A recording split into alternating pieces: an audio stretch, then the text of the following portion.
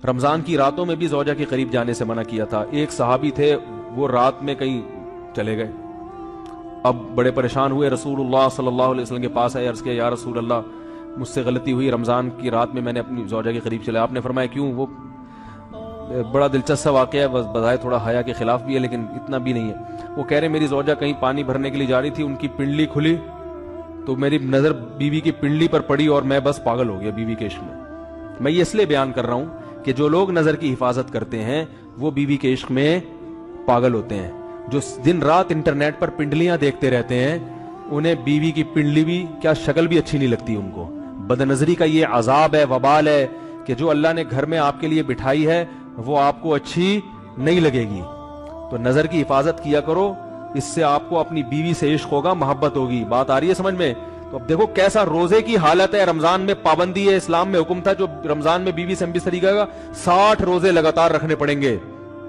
کتنا بڑا جرم, لیکن صحابی سے برداشت نہیں ہوا. صرف زوجہ کے پاؤں پہ نظر پڑی ہے تو وہ کیسے بیوی سے محبت کرتے ہوں گے, اور وہ بیوی کے بغیر رہ سکتے ہوں گے. اور آج لوگوں کے فون آتے ہیں ہماری بیگم جس دن میکے جاتی ہے اتنی خوشی ایسا اچھا سا فیل ہوتا ہے, ایسا عجیب سا محسوس ہو رہا ہوتا ہے جیسے آزاد ہو گئے.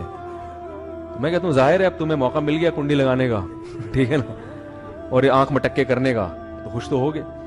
تو یہ بھی ایک عذاب ہے جو لبرل لوگ نے جس عذاب میں ڈالا ہوا ہے نا, اس میں عورت کے حقوق نہیں ہے. عورت کے حقوق نظر کی حفاظت میں اور عورت کے پردہ کرنے میں ہے. جب مرد باہر نکلے گا سب پردے میں ہوں گی تو آئے گا کس کے پاس؟ بیگم کے پاس ہی آئے گا. تو اتنے منہ کالا کرنے کے راستے کھول دیے ہیں تو ظاہر ہے پھر کامیاب ازدواجی زندگی نہیں ہوتی. تو نبی کے پاس آئے, عرض کیا یا رسول اللہ میں برداشت نہیں کر پایا. تو آپ مسکرا دیے. تو وہ نبی کے پاس گئے, یا رسول اللہ ایسے ہوا, مجھ سے غلطی ہو گئی. تو آپ نے فرمایا کیوں؟ فرمایا ایسا ہو گیا تھا. تو آپ صلی اللہ علیہ وسلم نے فرمایا 60 روزے رکھو لگاتار. انہوں نے فرمایا ایک کی طاقت نہیں ہے, اس میں یہ ہو گیا 60 کیسے رکھوں گا, نہیں ہے طاقت 60. آپ نے فرمایا ٹھیک ہے پھر 60 غریبوں کو 2 ٹائم کا کھانا کھلاؤ. فرمایا اس کی بھی طاقت؟ بولو بھائی نہیں.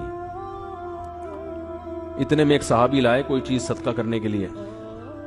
تو آپ نے فرمایا چلو اصل حکم تو یہی ہے کہ 60 روزے یا پھر 60 غریبوں کو کھانا, وہ نہیں تو چلو فی الحال ان کو تنبیہ کے لیے کچھ ان کے سے صدقہ کروا لیتا ہوں.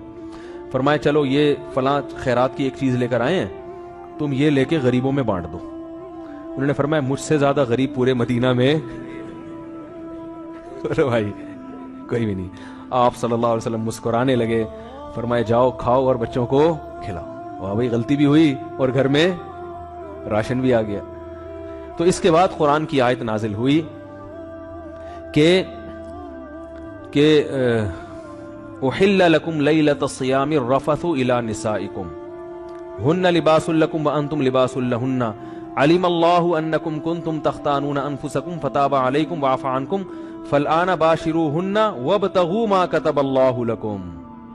فرمایا اللہ کو پتا ہے کہ تم اس حکم پر عمل نہیں کر سکتے, لہذا رمضان کی راتوں میں تمہیں اپنی بیوی کے پاس جانے کی اجازت ہے, لہذا ان کے پاس جایا کرو اور اس اولاد کو تلاش کرو جو اللہ نے تمہارے مقدر میں لکھ دی ہے. قرآن جہاں بھی بیوی سے ریلیشن قائم کرنے کی بات کرتا ہے اولاد کا ذکر لازمی کرتا ہے, یعنی تلاش کرو اس اولاد کو جو اللہ نے تمہارے لیے لکھ دی ہے. ما کتب اللہ لکم, ما کتب اللہ علیکم نہیں ہے. علا کا مطلب تمہارے خلاف, لکم کا مطلب تمہارے فائدے کے لیے. لام عربی میں نفع کے لیے آتا ہے, علا عربی میں ضرر اور نقصان کے لیے آتا ہے. فرمایا یہ نہیں کہ اس اولاد کو تلاش کرو جو بطور پینلٹی کے اللہ نے تمہارے متھے لگا دی ہے, جو اللہ نے تمہارے فائدے کے لیے لکھ دی ہے. اس سے پتہ چلتا ہے اسلام اولاد کی کثرت پہ کس قدر حریص ہے. بات آ رہی ہے اور بھی اس بارے میں آیتیں ہیں قرآن مجید کی, مگر میں اب زیادہ تفصیل میں نہیں جاؤں گا.